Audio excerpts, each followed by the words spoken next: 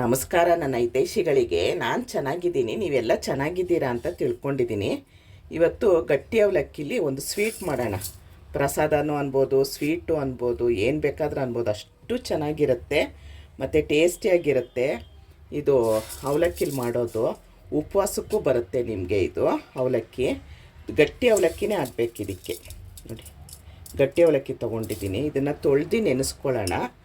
ನೋಡಿ, ಬಾಳೆಹಣ್ಣು ಇವಾಗ ರೇಟ್ ಕಡಿಮೆ ಮತ್ತು ಬಾಳೆಹಣ್ಣೆಲ್ಲ ಉಳ್ದಿರುತ್ತಲ್ವ, ಹಾಗಾಗಿ ನೋಡಿ ಈ ಥರ ಕಪ್ಪಾದರೆ ಯಾರೂ ತಿನ್ನಲ್ಲ. ಇದು ಹಣ್ಣು ಚೆನ್ನಾಗಿರುತ್ತೆ, ಬೇಸಿಗೆಗೆ ಏನಾಗುತ್ತೆ ಕಪ್ಪಾಗ್ಬಿಡುತ್ತೆ. ಹಾಗಾಗಿ ಏನಾಗುತ್ತೆ, ಬಾಳೆಹಣ್ಣು ತಿನ್ನೋಕ್ಕೆ ಇಷ್ಟಪಡಲ್ಲ ಯಾರೂ. ಆಮೇಲೆ ನೋಡಿ, ಬೆಲ್ಲ ಬೇಕು. ನಾನು ಏಲಕ್ಕಿ ಪುಡಿ ಮಾಡಿಟ್ಕೊಂಡಿರ್ತೀನಲ್ಲ, ಸ್ಪೆಷಲ್ ಏಲಕ್ಕಿ ಪುಡಿ, ಅದು ಬೇಕು. ತೆಂಗಿನಕಾಯಿ ತುರಿ ಬೇಕು. ಇಷ್ಟು ಐಟಮ್ ಬೇಕು. 1 2 3 4 5 ಐಟಮ್. 5 ಐಟಮಲ್ಲಿ ರುಚಿಯಾಗಿರೋದು, ಮನೆ ಮಂದಿಯವರೆಲ್ಲ ಇಷ್ಟಪಟ್ಟು ತಿನ್ನೋ ಅಂಥದ್ದು ಒಂದು ಅವಲಕ್ಕಿ ಮಾಡೋಣ. ಇದನ್ನು ಇವಾಗ ಒಂದು 2-3 ಸರಿ ತೊಳೆದು ನೆನೆಸಿಟ್ಕೊಳ್ಳೋಣ. ನೋಡಿ, ಇದು ತೊಳೆದ್ಬಿಟ್ಟು ನೆನೆ ಹಾಕ್ಕೊಂಡಿದ್ದೀನಿ. ಒಂದು 10 ನಿಮಿಷ ನೆನೆಯಲಿ. ಇದು ಬೇಗ ನೆನೆಯುತ್ತೆ ಅವಲಕ್ಕಿ. ಅವಲಕ್ಕಿ ನಮಗೆ ತುಂಬ ಕ್ಯಾಲ್ಶಿಯಮ್ಮು, ತುಂಬ ಒಳ್ಳೆಯದು. 50 ವರ್ಷದ ಮೇಲೆ ಹೆಣ್ಮಕ್ಳು ದಿನ ಒಂದು ಮುಷ್ಟಿ ಅವಲಕ್ಕಿ ತಿನ್ನಬೇಕು, ಹೇಗಾದರೂ ಸರಿ ತಿನ್ನಬೇಕು ಅಂತ ಹೇಳಿದ್ದಾರೆ.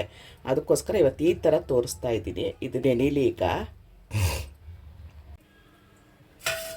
ನೋಡಿ, ಅವಲಕ್ಕಿ ಇಷ್ಟು ನೆನೆದ್ರೆ ಸಾಕು.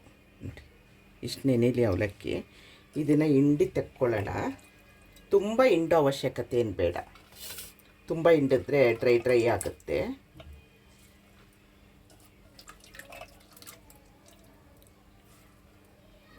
ಅವಲಕ್ಕಿ ತುಂಬ ಕ್ಯಾಲ್ಶಿಯಮ್ಮು, ತುಂಬ ನಮಗೆ ಮೂಳೆಗಳಿಗೆ ಗಟ್ಟಿ ಮಾಡುತ್ತೆ, ಮೂಳೆ ಸವಿಯೋದನ್ನ ತಪ್ಪಿಸುತ್ತೆ, ತುಂಬ ಒಳ್ಳೆಯದು. ಡಾಕ್ಟ್ರು ಹೇಳಿದರು 50 ವರ್ಷ ಆಗ್ತಾ ಸ್ವಲ್ಪ ಅವಲಕ್ಕಿನ ಯಾವ ರೀತಿಲಾದರೂ ಉಪಯೋಗಿಸ್ರಮ್ಮ ಅಂತ ಹೇಳಿದರು. ಅದಕ್ಕೆ ದಯವಿಟ್ಟು ಎಲ್ಲರೂ ಅವಲಕ್ಕಿನ ಉಪಯೋಗಿಸಿ. ನೋಡಿ, ಈ ಪಾತ್ರೆಗೆ ನಾವು ಬಾಳೆಹಣ್ಣು ಹಾಕ್ಕೊಳ್ಳೋಣ.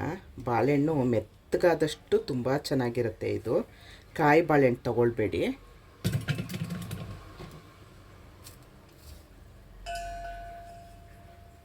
ಪಚ್ಚ ಬಾಳೆಹಣ್ಣಾದರೆ ಇನ್ನೂ ಚೆನ್ನಾಗಿರುತ್ತೆ. ಇದೇ ಏಲಕ್ಕಿ ಬಾಳೆಹಣ್ಣಿದ್ದು. ಇದನ್ನು ಇವಾಗ ಕಿವುಚ್ಕೊಳ್ಳೋಣ.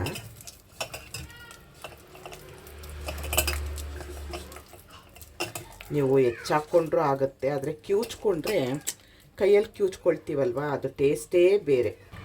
ನೋಡಿ, ಬಾಳೆಹಣ್ಣ ಕೈಯಲ್ಲಿ ಕಿವುಚ್ಕೊಂಡಿದ್ದೀನಿ. ಕೈಯಲ್ಲಿ ಕಿವುಚ್ಕೊಂಡ್ರೇ ಅದು ಟೇಸ್ಟ್ ಬೇರೆ.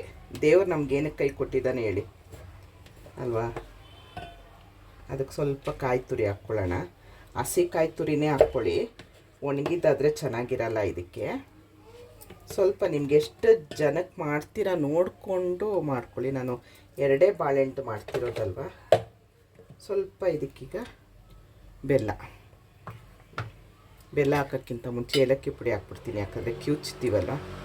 ನೋಡಿ, ಏಲಕ್ಕಿ ಪುಡಿ ಇಷ್ಟ ಆದರೆ ಸಾಕು. ಇದು ಸ್ಟ್ರಾಂಗ್ ಏಲಕ್ಕಿ ಪುಡಿ. ಏನೇನು ಹಾಕಿದ್ದೀನಿ ಅಂತ ವಿಡಿಯೋ ಇದೆ ನೋಡಿ. ಈಗ ಬೆಲ್ಲನ ನೋಡಿ, ನೈಸಾಗಿ ಏನೂ ಸಿಗಬಾರ್ದು, ಗಟ್ಟಿ ಏನೂ ಸಿಗಬಾರ್ದು. ಬೆಲ್ಲ ಮುದ್ದೆ ಅಂತಾರೆ, ಅವಲಕ್ಕಿ ಮುದ್ದೆ ಅಂತಾರೆ, ಅವಲಕ್ಕಿ ರಸಾಯನ ಅಂತಾರೆ. ತುಂಬ ಈ ದೇವಸ್ಥಾನದಲ್ಲೆಲ್ಲ ಕೊಟ್ಟಿರ್ತಾರೆ, ತಿಂದಿರ್ತೀರ ನೀವು, ನೆನಪಿರುತ್ತೆ ಅಲ್ವಾ. ಸಾಕು, ಆಮೇಲೆ ನೋಡ್ಕೊಂಡು ಹಾಕ್ಕೊಳ್ಬೋದು. ಈಗ ಇದನ್ನು ಚೆನ್ನಾಗಿ ಕಿವುಚ್ಕೊಳ್ಳೋಣ.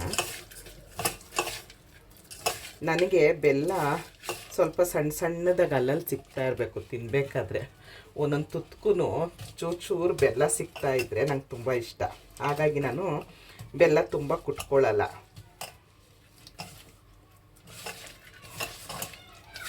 ನೋಡಿ, ಈ ಹಂತ ಆಗುವಾಗ ಅವಲಕ್ಕಿ ಹಾಕ್ಕೊಳ್ಳೋಣ. ತುಂಬ ಚೆನ್ನಾಗಿರುತ್ತೆ. ಬಾಳೆಹಣ್ಣು ಮಿಕ್ಕಿದಾಗ ಬಿಸಾಡಬೇಡಿ. ನಾನು ತುಂಬ ಅದರಲ್ಲಿ ಮಿಕ್ಕಿರೋ ಬಾಳೆಹಣ್ಣು ಫ್ರೀಝರಲ್ಲಿ ಇಟ್ಬಿಟ್ಟು ರೆಸಿಪಿಗಳು ತೋರಿಸ್ತೀನಿ ನೆಕ್ಸ್ಟ್ ವಿಡಿಯೋದಲ್ಲಿ.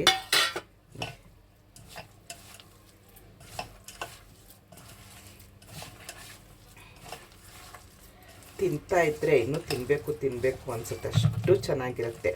ಯಾಕಂದರೆ ನಮಗೆ ಪ್ರಸಾದ ಕೊಟ್ಟಿರ್ತಾರೆ ದೇವಸ್ಥಾನದಲ್ಲಿ. ನನಗೆ ಅಯ್ಯೋ ಇನ್ನೂ ಒಂಚೂರು ಕೊಡಬೇಕಿತ್ತಲ್ಲಪ್ಪ ಅನ್ನೋ ಥರ ಅನಿಸುತ್ತಲ್ವ. ಅದನ್ನೇ ನೀವು ಮನೇಲಿ ಮಾಡ್ಕೊಂಡು ತಿನ್ನಿ. ಆದರೆ ಪ್ರಸಾದ ಟೇಸ್ಟ್ ಬರಲ್ಲ. ಪ್ರಸಾದನೇ ಮನೇಲಿ ಏನು ಮಾಡಿದ್ರು ಅದಿದೆ ನೋಡಿ. ಇಷ್ಟು ರೆಡಿ ಆಯಿತು. ನನಗಿನ್ನೂ ಸ್ವಲ್ಪ ನೋಡಿ ಬೆಲ್ಲ ಎಲ್ಲ ಈ ಥರ ಸಿಗಬೇಕು ನನಗೆ. ಹಾಗಾಗಿ ನಾನು ಸ್ವಲ್ಪ ಗಟ್ಟಿ ಹಾಕಿರ್ತೀನಿ.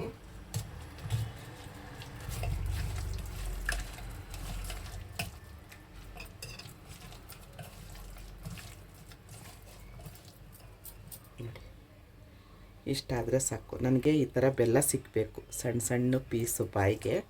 ಅದಕ್ಕೋಸ್ಕರ ನಾನು ಜಾಸ್ತಿ ನೈಸ್ ಹಾಕಲ್ಲ ಬೆಲ್ಲನ. ಈಗ ರೆಡಿ ಆಯಿತು, ಸರ್ವ್ ಮಾಡೋಣ ಬನ್ನಿ. ಈಗ ಅವಲಕ್ಕಿ ರಸಾಯನ ತಿನ್ನೋದಕ್ಕೆ ಸಿದ್ಧ ಆಯಿತು. ಒಂದು ಸರಿ ಟ್ರೈ ಮಾಡಿ, ತುಂಬ ಒಳ್ಳೆಯದು ನಮಗೆ ಅವಲಕ್ಕಿ. ತುಂಬ ಕ್ಯಾಲ್ಶಿಯಮ್ ಸಿಗುತ್ತೆ, ಮತ್ತು ನಮಗೆ ಮೂಳೆಗಳು ಗಟ್ಟಿ ಮಾಡುತ್ತೆ. ಮಕ್ಳಿಗೂ ಕೊಡಿ. ಸ್ವೀಟ್ ಇಷ್ಟಪಡೋ ಮಕ್ಕಳಿರ್ತಾರಲ್ಲ, ಅವ್ರಿಗೆ ಲಂಚ್ ಬಾಕ್ಸ್ಗೂ ಹಾಕ್ಬೋದು. ತುಂಬ ಚೆನ್ನಾಗಿರುತ್ತೆ. ನೀವು ಬೇಕಾದ್ರೆ ಇದಕ್ಕೆ ಏನಾದರೂ ಬೆರೆಸ್ಕೊಳ್ಬೋದು, ಹಾಲು ಮೊಸರು ಏನಾದರೂ. ಈ ಥರನೇ ಒಂದು ಸರಿ ಟ್ರೈ ಮಾಡಿ ನೋಡಿ. ತುಂಬ ಅಂದರೆ ತುಂಬ ಚೆನ್ನಾಗಿರುತ್ತೆ. ಇಷ್ಟೊತ್ತು ನನ್ನ ವೀಡಿಯೋ ನೋಡಿದ್ದಕ್ಕೆ ತುಂಬ ಧನ್ಯವಾದಗಳು. Thank you.